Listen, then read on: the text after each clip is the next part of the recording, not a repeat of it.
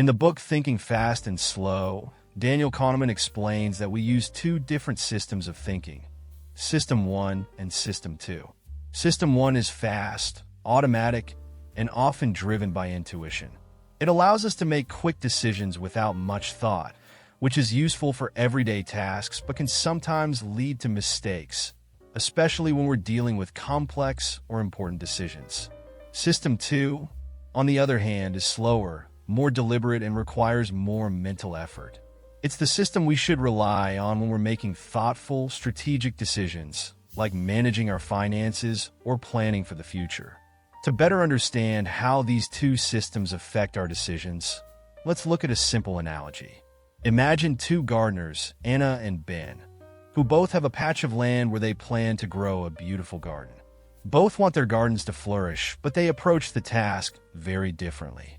Anna is eager to get started. As soon as she receives the seeds, she rushes to plant them without much thought. She grabs handfuls of seeds and scatters them across the soil. It feels good to take quick action, and she believes that the sooner she plants, the sooner she'll see results. After a few days, she returns to check her garden and sees a few sprouts emerging. She feels satisfied with her quick progress. Her instinct told her to act quickly, and now she's reaping the early benefits. Anna's method reflects System 1 thinking, fast, intuitive, and driven by a sense of immediate satisfaction. Ben, on the other hand, decides to take a different approach. He spends a day studying the soil, reading about the best planting techniques, and considering which seeds are best for the season. He carefully plans out his garden, placing each seed in the perfect spot, giving each plant the best chance to thrive. It takes him longer to get started, and there's a sense of delay. He doesn't get the instant gratification that Anna does. But when he steps back and surveys his garden, he feels confident in his choices, knowing he took the time to plan carefully. Ben's method reflects System 2 thinking, slower, more deliberate, and thoughtful, where decisions are based on logic and long-term benefits. Weeks go by, and Anna's garden begins to grow quickly, but the plants are scattered, struggling to compete for sunlight and space. Some plants are overcrowded, while others are stunted.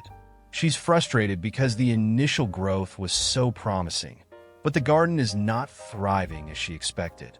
Ben's garden, however, although it took more time to get started, is flourishing. The plants are healthy, well-spaced, and growing steadily. They're thriving because Ben took the time to understand the environment and plan his actions accordingly. Even though it took longer to see results, Ben's garden is now far stronger and more resilient than Anna's. As Anna looks at Ben's garden, she begins to realize that the fast action she took in the beginning wasn't enough to ensure long-term success. In her haste to get results quickly, she skipped over the important steps of careful planning and consideration. Meanwhile, Ben's deliberate approach, although slower at the start, has paid off because he thought long-term and didn't rush. The immediate results weren't as satisfying, but the sustainability and health of his garden are evident now. The key takeaway is clear. In financial and life decisions, System 1 thinking, acting impulsively, seeking immediate results, often leads to short-term gains but can cause long-term struggles. On the other hand, System 2 thinking, which is more deliberate and thoughtful, may take longer to yield results, but it leads to better outcomes over time. In investing and managing money, taking the time to research, plan, and make decisions based on long-term goals will always outperform rushing into quick, instinctual choices. The rewards of careful thought and patience far outweigh the fleeting satisfaction of quick, impulsive actions. Number 2, overconfidence bias. One of the key biases that can affect our financial decisions is overconfidence. This is when we overestimate our knowledge or ability to predict outcomes, often based on past experiences. While confidence can be a good thing, overconfidence can lead to poor decision-making, especially when we fail to take into account new information or the complexities of the situation. This bias is particularly dangerous in financial matters, where one wrong assumption or decision can lead to significant losses. to better understand how overconfidence works and how it can impact our finances. Let's look at another analogy. Imagine two travelers, Sarah and John, who are planning a long road trip. They both have similar destinations in mind, but they prepare for their journeys in entirely different ways. Sarah is confident and eager to hit the road. She believes she knows the best route without needing to check traffic reports, reviews, or advice from others. After all, she's driven to similar places before, and how hard could it be? John, on the other hand, is cautious and methodical. Before setting out, he checks maps, reads recent travel blogs, and even asks a few locals about the best routes to avoid traffic and roadblocks. He knows that no journey is exactly the same and that the best route might not be the one he took last time. As they begin their trips, Sarah's journey seems to go smoothly at first. She takes a shortcut she remembers from a past trip, feeling proud of her instinctive decision. But soon, Sarah hits a major traffic jam. The shortcut, which once was a time saver, is now clogged with cars. She tries to navigate through smaller roads, but they lead her in circles, wasting both time and energy. Meanwhile, John's journey is going more slowly but steadily. He follows the route he researched and avoids the shortcuts, even though they seem tempting. As Sarah continues to struggle with her detours, John is calmly enjoying his ride, knowing he's on the best path despite the extra time it's taking. After a few more hours, Sarah's frustration peaks. She regrets not double-checking her plans and starts second-guessing her ability to make decisions. She wonders if she should have followed John's methodical approach instead of relying on her own overconfidence. By the time Sarah finally catches up to John, she realizes that although she tried to take the shortcut, the longer, well-researched route would have been much faster in the end. The time she lost in traffic trying to save a few minutes cost her much more. What Sarah failed to recognize was the overconfidence effect, a bias where people tend to overestimate their knowledge, abilities, and chances of success, particularly in situations they feel familiar with. Sarah's quick decision to take a shortcut seemed logical to her because she was confident in her previous experiences. However, she didn't consider that the road conditions could change, and the past might not always be a reliable guide. John, on the other hand, avoided this pitfall by taking the time to gather new information and thinking through his options carefully. This story highlights how overconfidence can lead us to make poor financial decisions. Just like Sarah, many people tend to rely on their past experiences or instincts when making financial moves, whether it's investing in stocks or making big purchases. The danger lies in thinking that because something worked before, it will always work again. Financial decisions require a clear understanding of current circumstances, not just past successes. By taking the time to research, assess risks, and seek advice, like John did, we can avoid the mistakes that come from overconfidence and make better, more informed decisions for our financial future. Number 3. Loss aversion. Loss aversion is a powerful psychological bias where the pain of losing something is felt much more intensely than the pleasure of gaining the same amount. This is particularly relevant in financial decisions, where the fear of losses can often lead us to make irrational choices. For example, we might hold on to a losing investment too long, hoping it will recover, or avoid making necessary risks altogether because we want to steer clear of potential losses. Being aware of this bias can help you avoid panic decisions, stay calm during market downturns, and stick to your long-term financial plan. To illustrate how loss aversion works, let's look at a story of two investors with very different approaches to the same situation.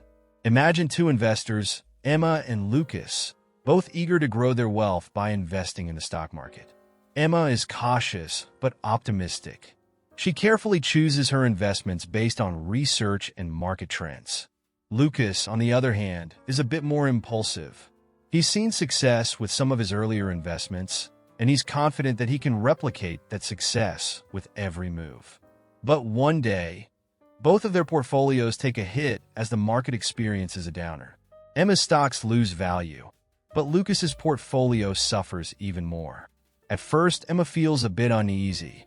Her investments have dropped in value, but she remembers that the market has its ups and downs. She decides to hold on to her investments, knowing that the losses could be temporary. Lucas, however, begins to panic. He sees his portfolio losing value and feels a deep sense of discomfort. The thought of losing money is more painful than the idea of gaining it. So he decides to sell off his losing investments to cut his losses, even though the market could recover later. He feels a sense of relief for a moment, but deep down, he's unsure if he made the right choice. As the months go by, the market begins to recover, and Emma's investments start to regain value. However, Lucas's decision to sell at the bottom means he misses out on the rebound. When he looks back, he realizes that his panic response led him to sell at a loss, locking in his financial setback. Emma, on the other hand, remained calm and patient, sticking to her long-term strategy, and her portfolio eventually grew stronger. What Lucas experienced was loss aversion, a psychological bias where the pain of losing something is felt much more intensely than the pleasure of gaining the same thing. In financial decisions, this bias can cause us to react emotionally rather than rationally. When we experience losses, our instinct is to minimize the pain, often by making hasty decisions like selling investments prematurely. Unfortunately, these actions can prevent us from benefiting when the market turns around. Loss aversion plays a significant role in financial decision-making. It's easy to get caught up in the emotional pain of losing money and to make decisions based on fear rather than logic. The lesson here is to recognize how loss aversion can cloud judgment, especially during market downturns. To avoid making emotional decisions, it's important to set clear, long-term financial goals and stay focused on your strategy. By doing so, you can resist the urge to panic sell or avoid risk altogether, and instead make decisions based on careful planning and patience. Number 4. Anchoring bias. Anchoring bias is one of the most common mental traps we fall into, especially when dealing with numbers. It happens when we rely too much on the first piece of information we encounter, the anchor, and let it influence our decisions, even if that number is irrelevant or misleading. For example, in finance, people might cling to a stock's past price or the first salary offer they receive, rather than evaluating the situation based on its current value or potential.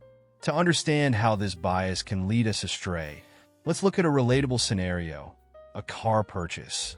This story will show how anchoring can influence our choices and reveal what we can do to avoid it. Imagine Sarah, who's been eyeing a new car for months. She's finally saved enough money to make the purchase, and now it's time to start looking at prices. On her first visit to a dealership, she sees a sleek, brand new sports car priced at $50,000. Although the car is a bit outside her budget, Sarah is intrigued. The price seems reasonable to her because, after all, it's a high-performance model with great features. The next day, Sarah visits another dealership where she finds a similar car for $40,000. At first glance, this car seems like a much better deal.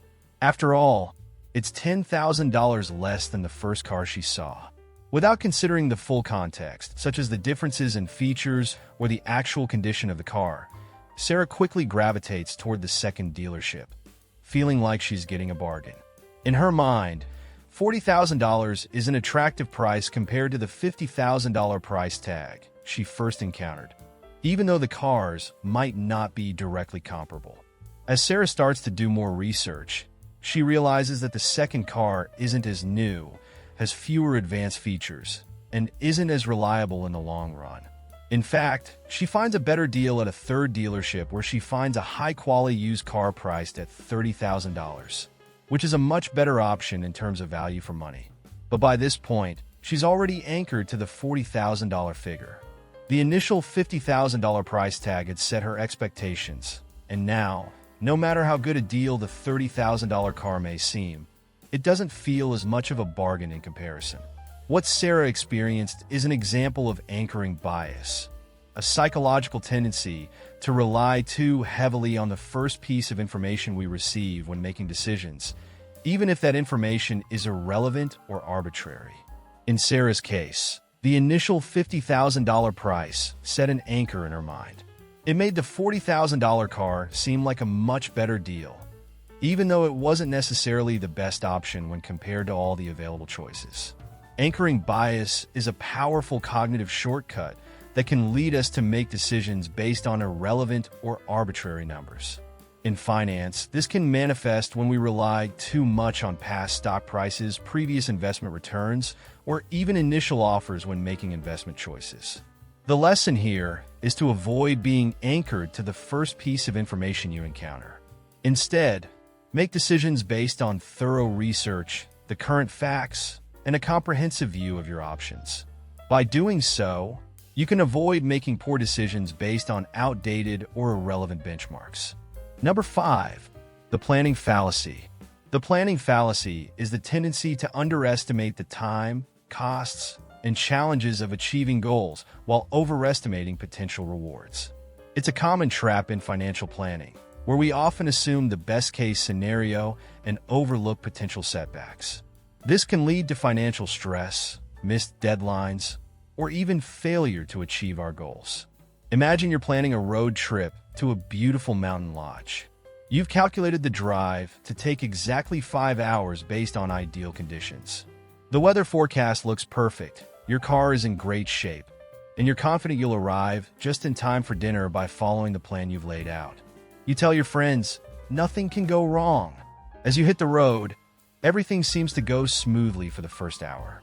Then, out of nowhere, you encounter road construction. Traffic slows to a crawl, and you lose 45 minutes. Frustrated but still optimistic, you press on. An hour later, you realize you need gas. Stopping for fuel and snacks costs you another 20 minutes.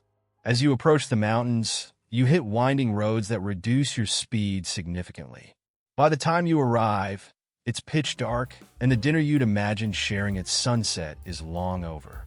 The trip to the lodge is much like our approach to financial planning.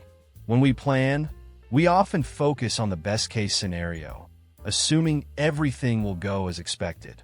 This is the planning fallacy in action, underestimating obstacles and overestimating rewards.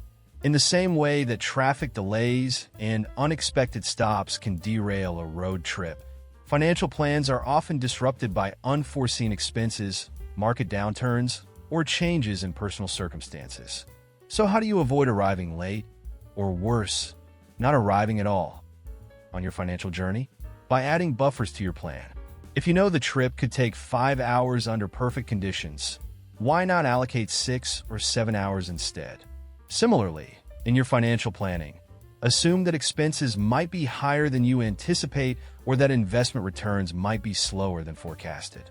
For example, if you're saving for a big purchase or investment, build an emergency fund alongside it. This way, unexpected costs like car repairs or medical bills won't derail your progress. By being realistic and preparing for delays, you can ensure that when you finally reach your destination, whether it's financial independence or a specific goal, you're not stressed, broke, or disappointed. The journey may take longer than you thought, but with a solid plan, you'll still get there.